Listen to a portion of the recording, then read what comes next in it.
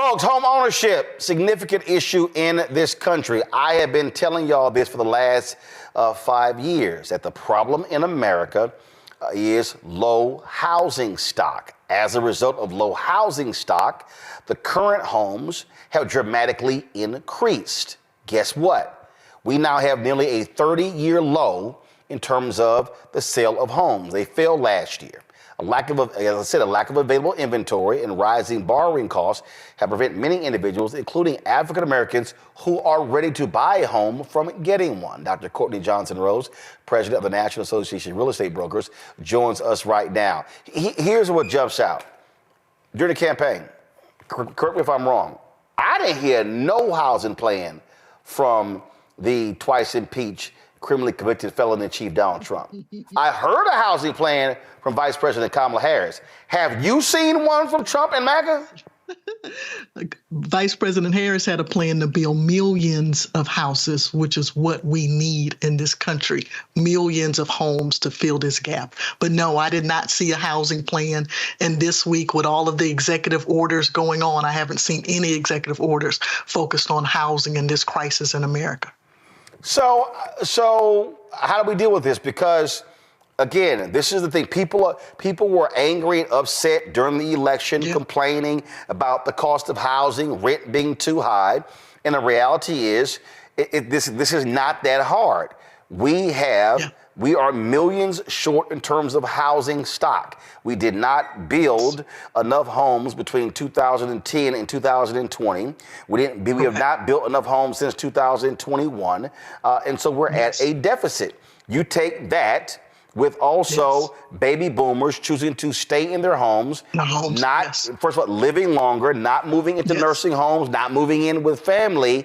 All of these things contribute to the issue. And so it's not necessarily rising interest rates, because if interest rates were low, you still don't have enough houses. You don't have a house. You don't have enough houses. One more thing that we have to add to that, particularly in our community, Roland, we see institutionalized investors buying up the available housing stock. I'm in Houston, your hometown. Last year, we had almost 20% of the housing stock, particularly in our communities, that were being bought up by institutionalized investors. So you add that to the pot as well, and you just don't have enough inventory. So what do we do? I mean, at the end of the day, unless you have an aggressive federal housing plan, even though the federal government doesn't build houses, there has to be incentives on that level. But you also have got to make changes on the local level when it comes to local laws. Yes. So one, incentives. You are 100% right. We have to be able to incentivize builders to be able to go out and build housing. In addition to that, we also have an aging housing stock. So we also have a problem in our communities that there's homes that are sitting there that are blighted, that are not able to be habitated by families. We need to have more renovation products. Cities, municipalities can help with this also too, to bring these homes that are again, out of the housing stock back in. We also have in our neighborhoods a lot of infill lots that have never been built on, but there's hard regulations and zoning laws that keep those homes from being able to be built. So again, it has to be a concerted effort. You're right, it has to be federal with incentives. It has to be local and statewide also to help us overcome this particular crisis. Do you have any hope that this administration, Republicans controlling the House and the Senate, are going to do anything about housing? Because I haven't heard nothing. I mean, I haven't heard anything. I heard complaints, heard them blame Biden-Harris. I've heard nothing else. It's so disappointing because this is not just a Black problem. It is an American problem. And housing is the fundamental thing that everyone needs. It's the equalizer, if you will. And for us in our community, it's particularly troubling because it's our number one way to build wealth. This is the part that's so devastating to Roland, is that our State of Housing and Black America report for NARAP shows that there are 2 million mortgage-ready Black consumers.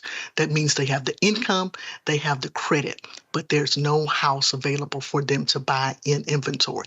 Our data also shows that there's 5.4 million Black Americans that are almost mortgage ready or near mortgage ready as well. So the marketplace for us to be able to build wealth is tremendous, but now we need the opportunity. NARAB recently began our NARAB Developers Academy, where we have, and this year we'll graduate 250 Black developers out of our Developers Academy. We are very intentional about this, and our developers are being trained to go into their communities, into urban communities across America to build homes. So we're going to have to do it ourselves for our communities. We're going to have to rehab the homes ourselves in our community, but we need HUD. We need Fannie, we need Freddie, we need incentives, we need cities, we need CDBG dollars. We have to be able to have the incentives, to your original point, to be able to put these houses on the ground that our community needs. And of course, the problem you have right now is you do not have an administration that cares about specifically dealing with the problem for African Americans. And so it's not like you're going to see federal incentives specifically targeting African Americans when they're trying to get rid of anything that deals with the issue of diversity and equity. Equity, inclusion on it. And the other biggest problem, I can't stress on this enough, is we have to advocate, and NARAB is getting very serious about this in 2025, against institutionalized investors. This is a huge problem, and they target our communities.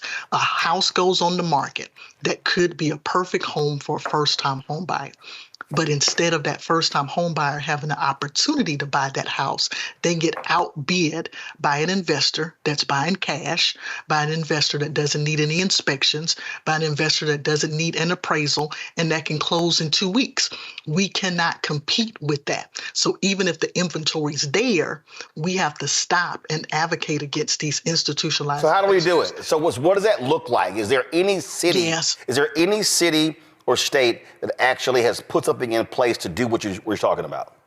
Yeah, so there is some legislation, and we believe also too that this could be, Roland, a bipartisan issue. There's been some legislators on both the Republican and Democratic side that have now paid attention to institutionalized investors. Second piece that we're excited about that's plaguing our communities is heirs property. We have a course that we do with the National Bar Association called What to Do with Big Mama's House, because a lot of these homes that are being taken advantage of by investors are heirs property. It's properties that your grandmother used to have, but it wasn't passed down properly with the paperwork. So the family gets taken advantage of because they have not done the proper paperwork and probates and things of that nature to keep the property in the family. So we're excited that Representative Nikema Williams has an heirs property bill. Representative Emmanuel Cleavers has a Good Deed Act bill also too. So we are in support of these bills that help families work through their heirs properties issues so they don't get taken advantage of from institutionalized investors also. Well, again, something actually has to happen in this particular area. It's a state of emergency. Right, it's a huge state of emergency. And again, numerous stories have been done. We've been talking about this here. Go to my iPad. This story is from 2 years ago, where MetLife Development said by 2030, in 5 years, Wall Street investors will be owning 40% of all single-family homes, and their desire is not to sell. Their desire is to rent. Keep us renters. There you go. That's what the goal is. Keep us renters. And this is the thing too, when you look at housing prices, it's a supply and demand issue. So the less inventory that we have, it will cause the housing prices to keep rising and rising and rising, and making homeownership even more unattainable. So the idea, the concept, the emergency is to put more inventory on the ground. We have to be able to incentivize investors to actually do that. All right, then. We certainly appreciate you joining us. Thank you for having us. Courtney Johnson Rose. Thanks a lot. Thank you. We appreciate you, Roland. Thank you. And I bring my panel, Michael M. Hemtep, host, African History Network show out of Detroit. Dr. Avis Jones-DeWeaver, co-founder and editor-in-chief, Max Black's Media out of D.C., Matt Manning, civil rights attorney out of Corpus Christi. Michael, I'll start with you. Go to my iPad, Henry. This is the same story that came from 2021. This is what it says, that MetLife Investment Management citing a report from Yardi Matrix, said that at that time, Wall Street, SFRs, owned 700,000 single-family residences. That was 5% of the national housing stock. Now, this is in 2021. They estimated by 2030. Now, again, this story was dropped. You see, I'm sorry, this was dropped right here, y'all. You see, August 17th, 2022. They said August of 2022, these Wall Street institutions own 5% of the nation's housing stock. They said 8 years later, Michael, that number jumps to 40%, roughly 7.6 million homes. That is insane. And the point that you just heard Dr. Rose say, which is the problem, and listen, I deal with this every day. My phone, I get text messages, I get phone calls. How much you want to sell? How much you want to sell? Because the home that my homestead in Texas, which I've owned since 1999, they blow my phone up trying to buy it. And I'm like, no, I'm not selling it. But again, it's easier for them, and these are people who are not in the area. They're just simply looking at the sheet. They live in other parts of the country, and they're just grabbing homes.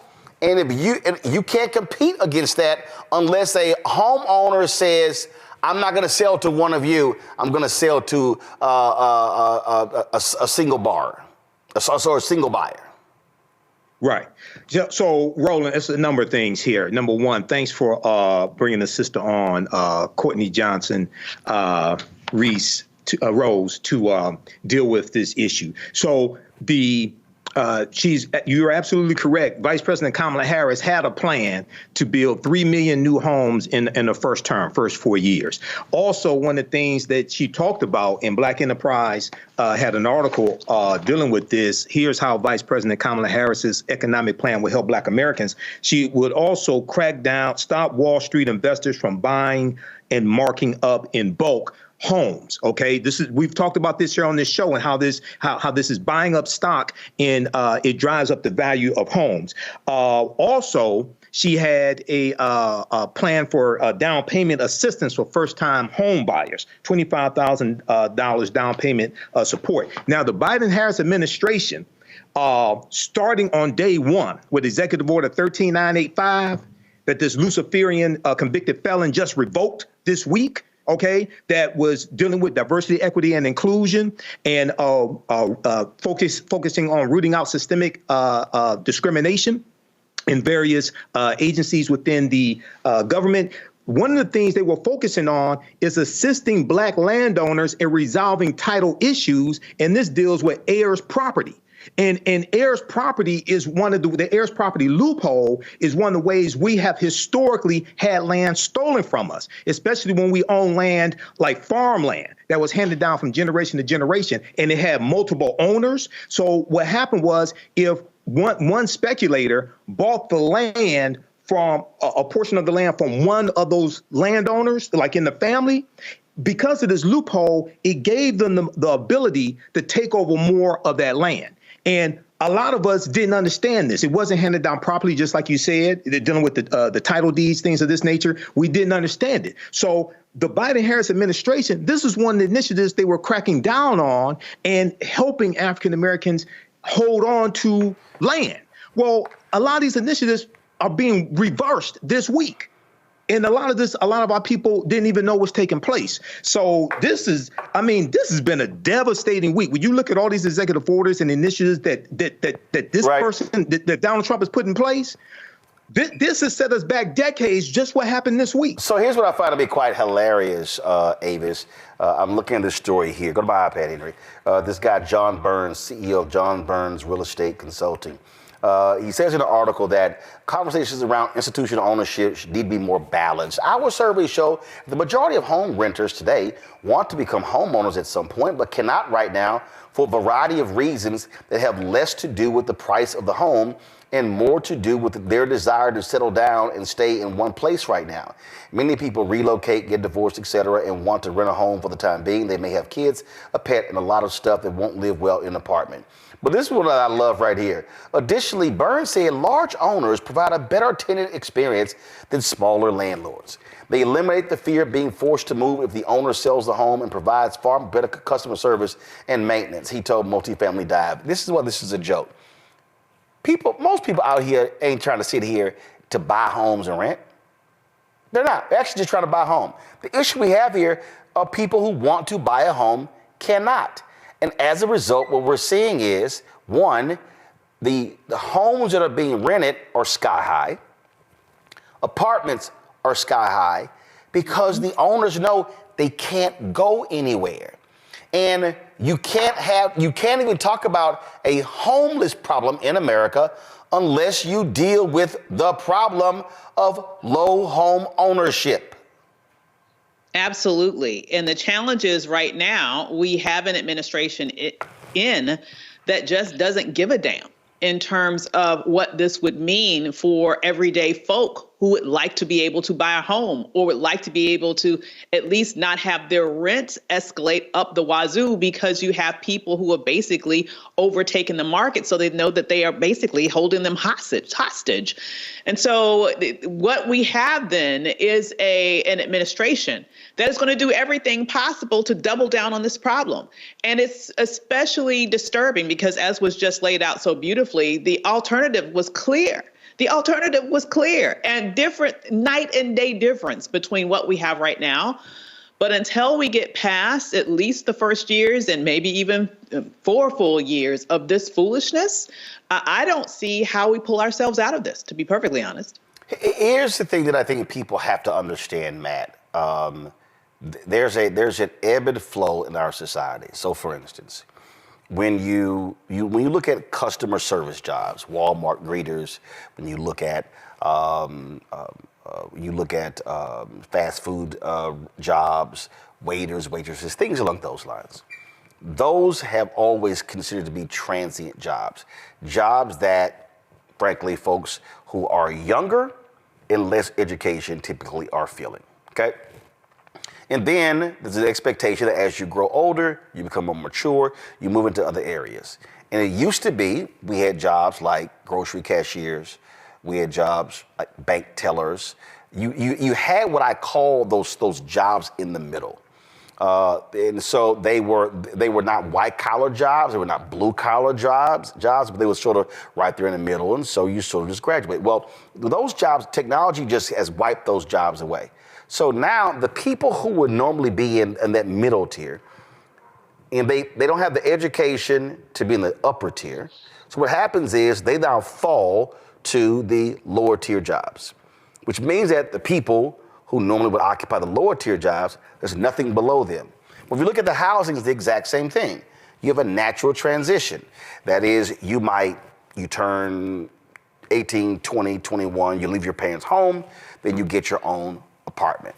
You live in that apartment, and then you may decide to say, you know what, I'm gonna go live in a apartment that's a much better apartment, or I'm gonna actually become a renter of a home to become a home owner. Well, the problem that we have right now is because if you're locked out of home ownership, then you're right there in the middle, you're a home renter. And then the people who are naturally coming forward, because your population has increased, who should be coming into apartments, they can't get into apartments because the people in the middle are now in apartments. And so now, again, that middle is cut out. That's what people have to understand we deal with. You have this natural transition that happens in life. And when you wipe out that middle part, or the top part, you're now forced. And so now you have younger people who have no place to live.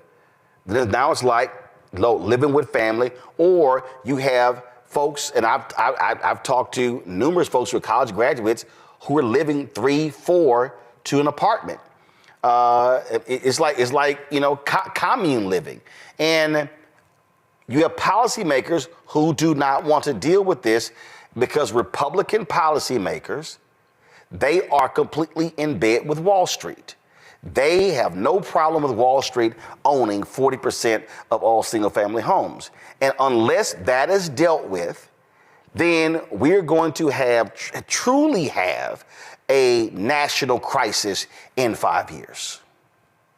When you look at the people who attended the inauguration and where they sat in proximity to the president, I mean, that asserts your point. When you look at, these titans of industry who are all now capitulating to Mr. Trump, excuse me, because they're worried about their bottom dollar, I think that goes to your point. And, I'm really glad you talked about policy, because that's part of what I was thinking in, some of the prior conversation on this. Is one of the big issues is that this is just unfettered capitalism. We don't have local governments and state governments who are doing anything to tamp this down. I like the idea that, Vice President Harris had a plan to build a record number of houses. But the problem with that is none of that matters if you don't have other controls that keep the prices within people's reach, to your point. And that's part of the issue. Is I think there's should be incumbent on our local governments to put things in place for people to keep the houses that they have. My dad has a church in one of the wealthiest parts of Austin. That part of Austin used to be an enclave for newly freed people, right? So a lot of his parishioners own homes that are extremely valuable, and they are among the most valuable property in the city of Austin, but they can't keep them because of taxes. Has the city of Austin implemented anything for those people to keep their houses? Yep. No. Yep. Right? No. And they know not only are houses, extreme asset, and that's the way that most people have built financial stability and financial wealth in this country, but that's a prime example. How do you not have, just as a matter of course, policy that says here are people who've had Big Mama's house, to use Dr. Rose's term, passed down for 3 or 4 generations. They're now in a point where their wages don't match their taxes, and therefore they can't keep the house.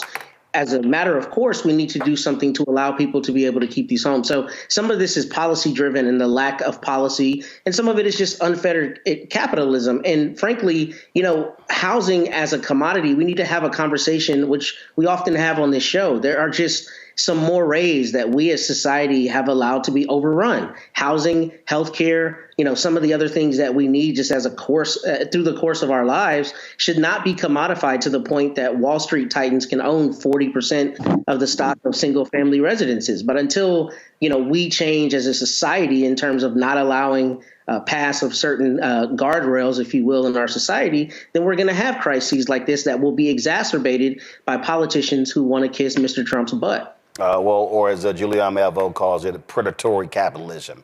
Hello, I'm Isaac Hayes III, founder and CEO of Fanbase. And right now we're accepting investors in our $17 million round to revolutionize the future of social media. Today, for just $399, you can own 60 shares of stock in Fanbase at $665 a share. Go to startengine.com/fanbase and invest today. While the big platforms have grown too massive and disconnected from their users, Fanbase is building a platform where creators and users truly come first. We've already raised $4.8 million from everyday investors who believe in this vision, and now you can join them. This is your chance to invest in a social media tech company with over 1 million users that is disrupting media by allowing anyone to reach all of their following and monetize their content from day one. The market is changing, big platforms are failing to serve their users, and Fanbase is stepping up to fill the gap. Don't wait until it's too late. Invest now. Invest for yourself and your future. Go to startengine.com/fanbase and own the future of social media.